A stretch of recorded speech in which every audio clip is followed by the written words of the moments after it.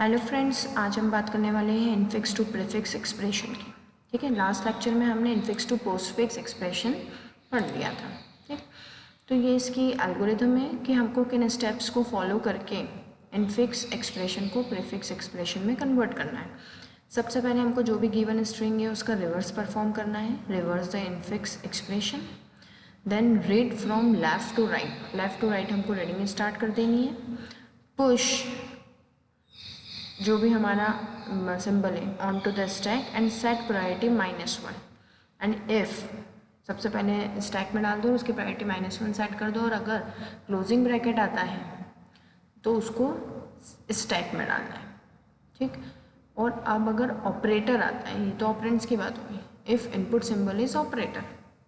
ठीक, तो प्रायोरिटी के अकॉर्डिंग उन ऑपरेटर्स को रखना है और फिर यही स्टेप्स हम बार बार फॉलो करते जाएंगे। और अगर प्रायोरिटी मतलब हायर प्रायोरिटी का ऑपरेटर पहले से स्टैक में और फिर लोअर प्रायोरिटी का ऑपरेटर आता है तो हमको हायर प्रायोरिटी के ऑपरेटर को उससे हमारे स्टैक से ले लेना है, बाहर पॉप कर लेना है और उसको आउटपुट स्क्रीन में रख देना है।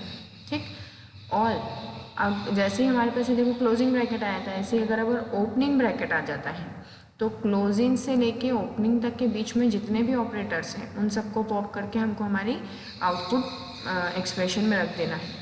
ठीक, और उसके बाद जितने भी ऑपरेटर्स हमारे पास बचे हैं स्टैक में, किसके बाद, ये ब्रैकेट सॉल्व करने के बाद, तो हमको बाकी सारे ऑपरेटर्स को भी पॉप कर लेना है और कहाँ भेज देना है, आउटपुट एक्सप्रेशन में भेज देना है।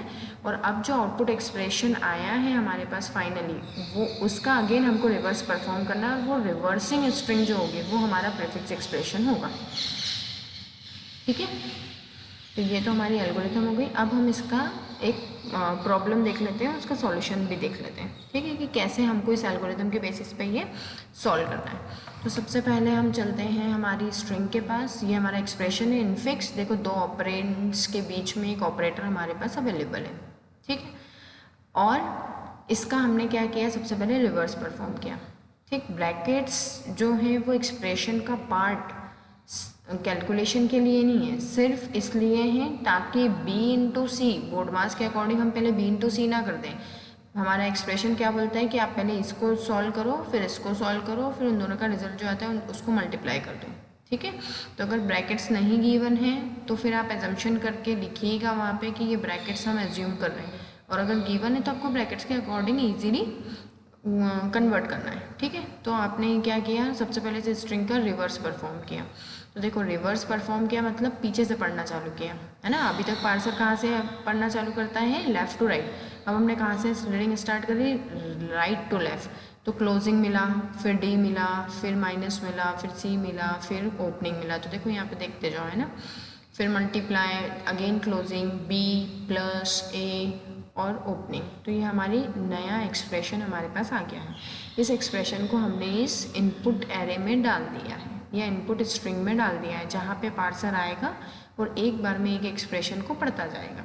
ठीक है, सबसे पहले वो आया, उसको क्या मिला, क्लोजिंग ब्रैकेट। तो क्लोजिंग उसने कहाँ डाल दिया, स्टैक में। फिर आगे बढ़ा, उसको क्या मिला, D। तो D जो है वो कहाँ आ जाएगा, हमारे आउटपुट एक्सप्रेशन में। क्यों, क्योंकि हम तो स्टैक में सिर्फ क्या डाल रहे हैं, ऑपरेटर्स डाल रहे हैं। ठीक है, फिर माइनस आया तो माइनस कहाँ पे आ जाएगा, हमारे पास स्टैक में। ठीक है, इस क्लोजिंग ब्रैकेट के ऊपर। फिर C आया तो C कहाँ जाएगा, आउटपुट एक्सप्रेशन में। तो आउटपुट एक्सप्रेशन में आ गया।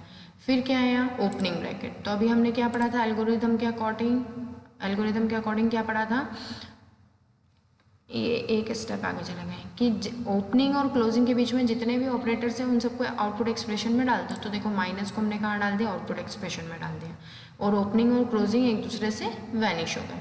फिर आगे बढ़े, क्या पढ़ा हमने, मल्टीप्लाई। अभी स्टैक में कुछ नहीं, मल्टीप्लाई आ गया। फिर हमारे पास क्या आया है, क्लोजिंग ब्रैकेट। तो हमने क्लोजिंग स्टैक में रख दिया। फिर क्या आया है, B। तो B कहाँ जाएगा, आउटपुट एक्सप्रेशन में। तो D, C माइनस और B हमारे पास आ जाएगा। ठीक है, फिर क्या आया है, प्लस। तो प्लस कहाँ चले जाएगा, स्टैक में। क्यों चले जाएगा स्टैक में, मैडम लास्ट न्यूमेरिकल में तो स्टार के ऊपर प्लस नहीं आ पाया था। तो देखो यहाँ पे बीच में क्या है, एक ब्रैकेट भी लगा है, पैरेंथेसिस है। तो अब जो भी ऑपरेशन परफॉर्म होना है इस पैरेंथेसिस के ऊपर ही परफॉर्म होना है। ठीक है, ये वैनिश होगा क्योंकि हम एक्सप्रेशन में ये मान के चल रहे हैं कि हमने पैरेंथेसिस इवेल्युएशन कर लिया है, ठीक है, तभी हम कन्वर्जन पे आते हैं। तो प्लस जो है भले वो लोअर प्रायोरिटी का है, मल्टीप्लाई हायर प्रायोरिटी का है, बट बीच में इस ब्रैकेट की वजह से प्लस हम यहाँ पे स्टैक में बैठा सकते हैं, तो हमने बैठा दिया। नेक्स्ट हमारे पास एलिमेंट आया ए कहाँ जाएगा, आउटपुट एक्सप्रेशन में। तो एक्सप्रेशन कैसे बनेगा, डी सी माइनस बी ए, तो डी सी माइनस बी ए आ गया।